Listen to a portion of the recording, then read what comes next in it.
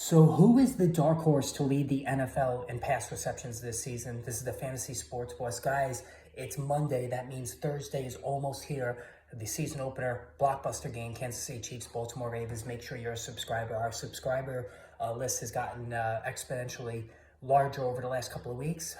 Because remember, guys, I'm going to have instant analysis videos throughout the course of the season during the game. So make sure you're a part of the fun. All right, now. As far as who's going to lead the NFL, the dark horse, who's going to lead the NFL in receptions this season. So the way I did this was I automatically tossed out everybody who was drafted in the first 4 rounds. All right, so like the obvious candidates, the wide receiver ones, like the Justin Jeffersons, Jamar Chases of the world. Those are the ones I automatically tossed out. So I basically took somebody who has shown that he can do it before, is in an ascending offense, led by a offensive whisperer new coach. And you probably already have figured out, it's Diontae Johnson of the Carolina Panthers. Right? So, again, we have seen Diontae Johnson put up a wide receiver 1 season with the Pittsburgh Steelers. You know, he was a perfect fit with Ben Roethlisberger when his arm became a noodle arm towards the end of his career, a lot of short throws.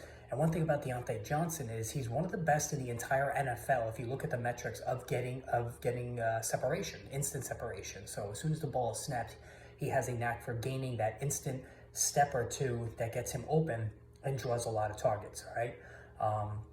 The touchdowns obviously have been hit or miss over the last couple of years, but I think that's more a product of the Steelers' inept offenses during that time frame than anything else. And of course, he was benched that time for dropping passes, so that is an occasional issue as well. But I think this is an excellent fit. I don't have any shares of Diontae Johnson, which bothers me a little bit because, again, I really think he's going past 100 catches easy, and it would not surprise me in the least if he touched the 120 catch plateau this season. Sounds like a lot, right?